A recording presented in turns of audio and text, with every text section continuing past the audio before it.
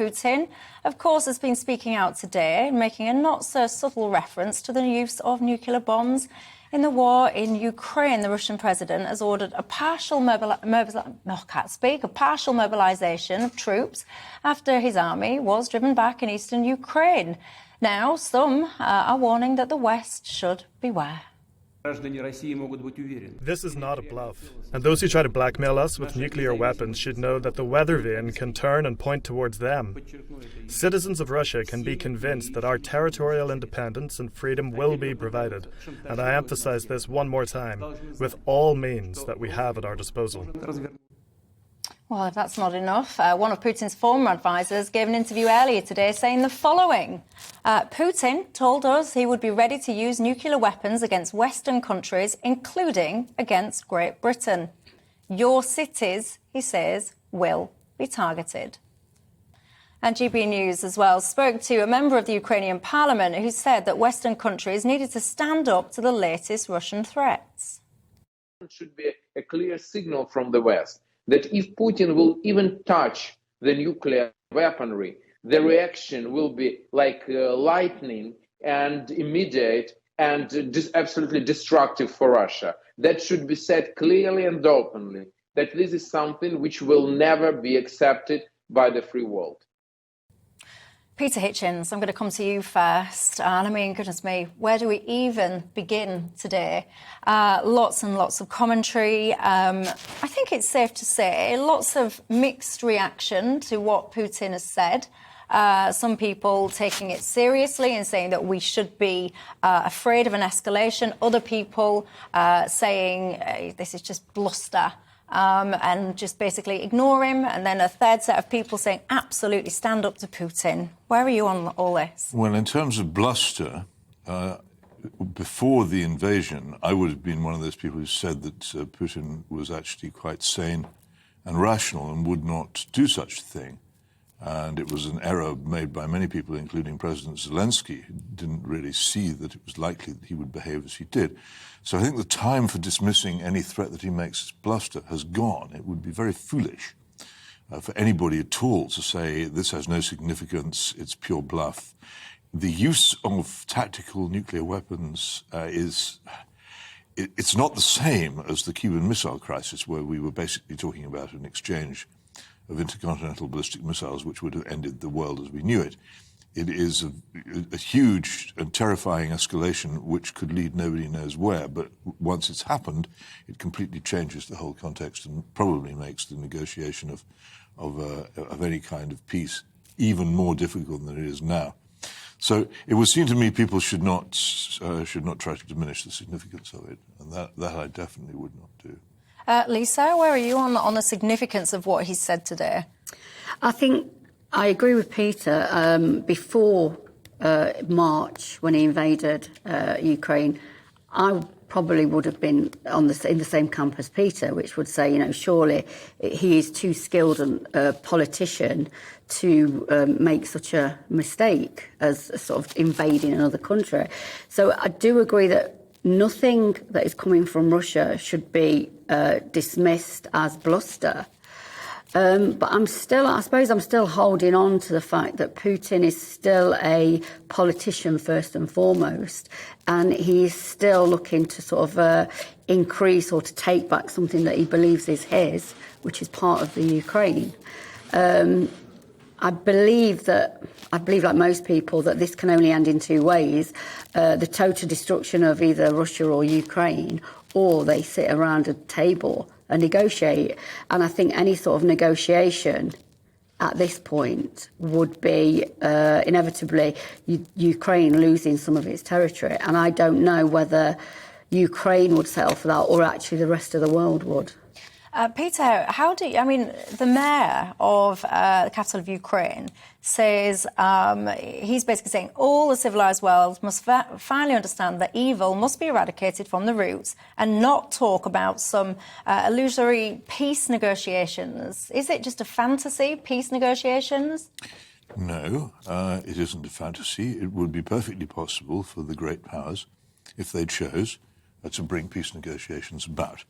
The idea that it's a straightforward evil versus good battle is also simply not sustainable. If you know anything about the issue, there is wrong on both sides, and there is a long history of this leading to these events, of avoidable goading and provocation of Russia. And I'm not the only person who accepts this, as I frequently said. The leading neoconservative Robert Kagan, husband of Victoria Nuland, who runs American Ukraine policy in the State Department, has written in Foreign Affairs magazine, a very highly rated magazine where sensible and important things are said, that there was provocation of Russia in the policy of the West. And there's no doubt that many years of NATO expansion and many years of ignoring protests against it have played some part in this. That doesn't excuse, and I'm going to say this because I have to say it, because someone will immediately say, oh, well, does that excuse Putin's invasion? No, it doesn't excuse Putin's invasion. Putin's invasion, and I will repeat what I've said since the moment it happened, was barbaric, lawless, and stupid. And I have no hesitation in repeating that condemnation, because it was and is barbaric, lawless, and stupid. So let's kindly move away from attempts to designate anybody who holds any position different from the government as some sort of traitor. I'm not a traitor. My position is wholly based on British patriotism and the interests of this country and what flows from that. I don't think the interests of this country, or indeed of Europe or of the world, are served by a red-hot war in a very crucial and unstable part of Europe. I think that what ought to be going on now is an attempt to find peace. And people will say, well, you really think that Ukraine should give up territory? Well, actually, I don't. I think there are arrangements available which would not involve that at all, if people are serious about like what then?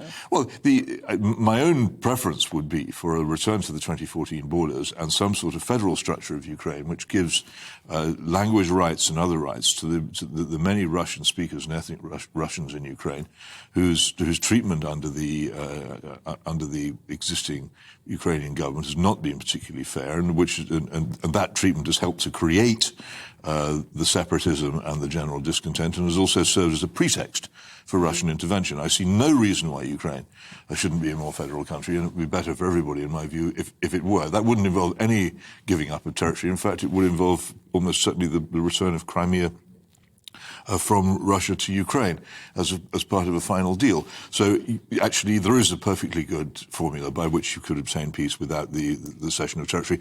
If you say, well, this is a terrible thing and involves in some way some sort of surrender to force, I'd say, would you rather have a nuclear war in Central Europe? Because if you really think that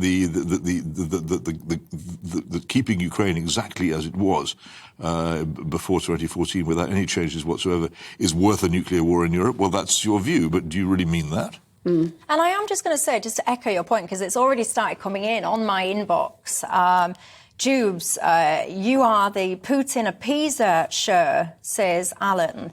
Alan, don't be so ridiculous.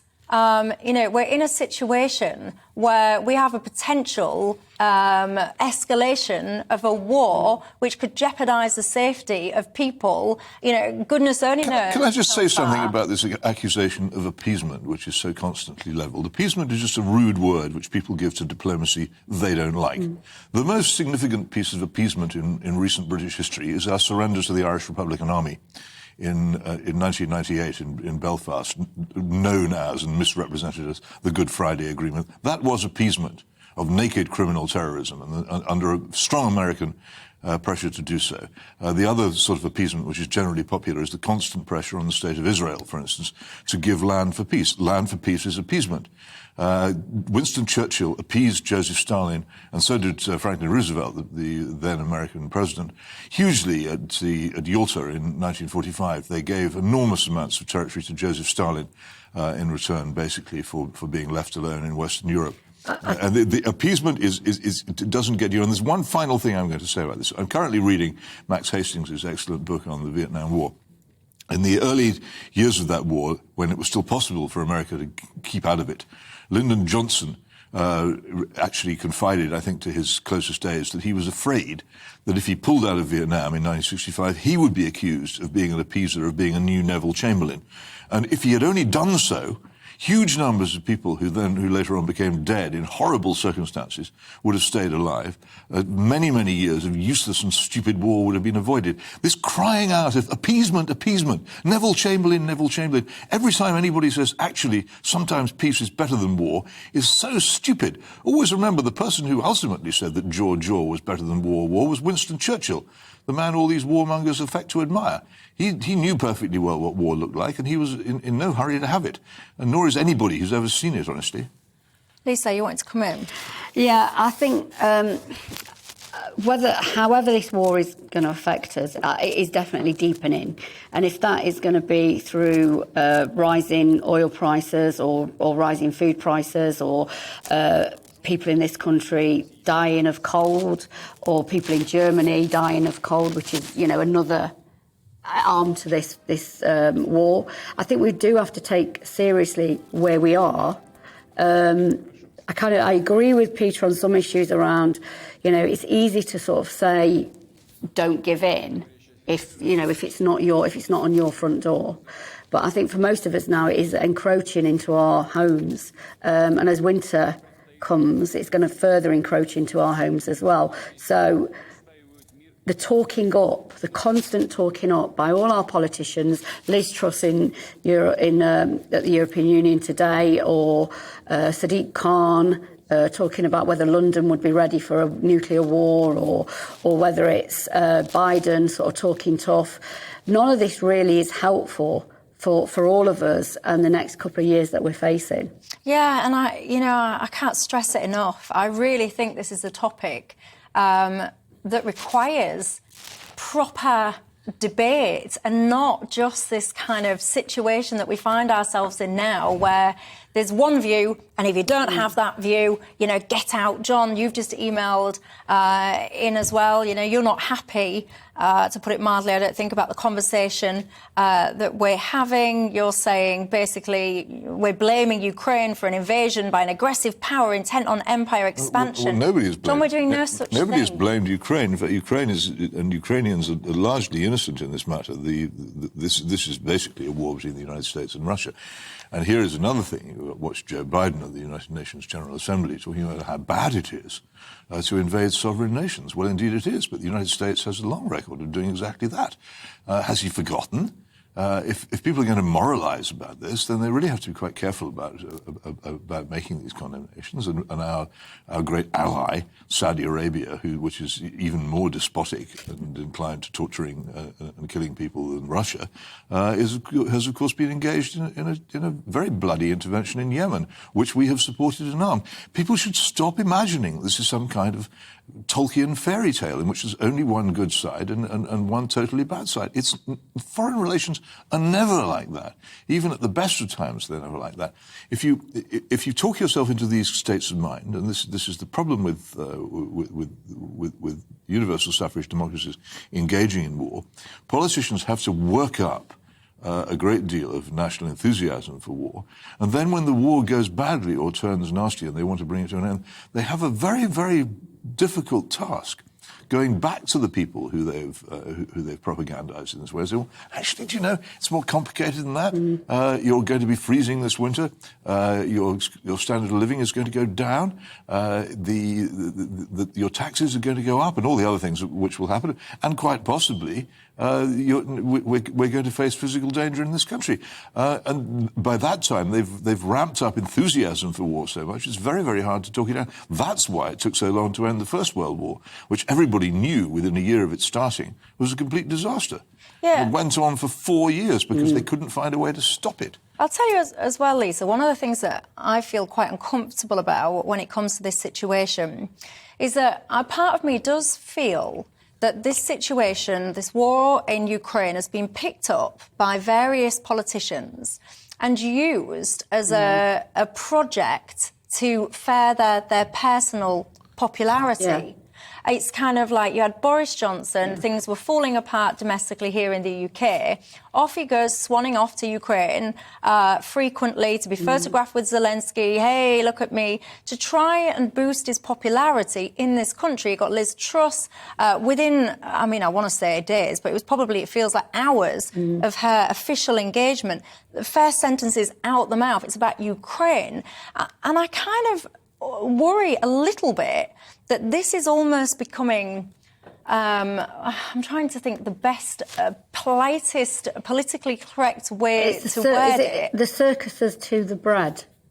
It's just... and I think politicians have always done this. They've always played probably fast and loose with international policy to play to their national audiences. I mean, there are many reasons why politicians talk war up. I mean, as you said, sort of to reflect. But not all, Lisa. A politician I don't much like in many ways, nonetheless has to be given credit. And Harold Wilson, the Labour Prime Minister in the 1960s and early 70s, resisted very, very strongly attempts by the Americans to get this country into the Vietnam War, which a lot of conservative people at the time thought we should do, and was a disaster. The other thing which came to mind when you were talking, Michelle, about politicians going to and grandstanding is Anthony Blair going off to Kosovo. I think quite a lot of Kosovar babies in that year were named Tony. Now, if you go back and look at what happened in Kosovo afterwards, let's put this very mildly, it's nothing like as simple an issue as it was portrayed by both politicians and media in this country at the time. I think that's a fair way of saying that the whole issue was portrayed as totally good versus totally bad. And it isn't that simple. And what's more, it remains unresolved despite the use of military force and the bombing of civilians from the air by NATO. It remains unresolved fundamentally, the Yugoslav problem. It's interesting if you think back to the Donald Trump years, and I don't think anyone on this panel is going to be a fan of Donald Trump, but he absolutely was sort of appealing to his national demographic, and was sort of moving away from these international politics and the grandstanding. I mean, I think, again, his actions over Iran probably helped to end the possibilities of stability in that region, which I think I've always thought was a great mistake. But there is anybody who's experienced war has to be. People think that the use of the word peace is somehow soppy. It absolutely is not. If you have serious concern, if your job is, as a leader of a country, to defend the people fundamentally the first job, to defend the people of this country against danger, then protecting them from war is one of your most important and vital tasks. And dragging the country into wars in which it has nothing to gain and much to lose, it doesn't seem to me to fulfill that task, nor does it fulfill the task to speak as if you're recounting some sort of fairy tale in which there is evil out there and our side is wholly good and you can sort that out simply by a victory. It's never like that. The end of the Second World War, which, if there has been a good war in recent times, has to be that good war, was nonetheless attended by a great deal of evil because we had to appease Stalin and because of the huge numbers of people who were ethnically cleansed following it, a story which is largely untold. War is hell, and the best thing to do when it starts is to try and bring it to an end. Do you think we've got a politician? Do you think we have politicians today that are skilled enough I suppose that's the question. I don't get that impression, but the truth is that the moment will sooner or later come, and the job of anybody in my position who knows a little about the issue and has a platform from which to say unpopular things is to say them now, so that when the unpopular thing becomes more pressing and more popular, there will at least be some public knowledge that there is an issue over which one might dissent. I think I'm hoping that the dissent will grow stronger sooner, and that the cause of peace and of non-war, of not killing people, of not turning human beings into corpses and refugees, will become a more popular cause than it currently seems to be.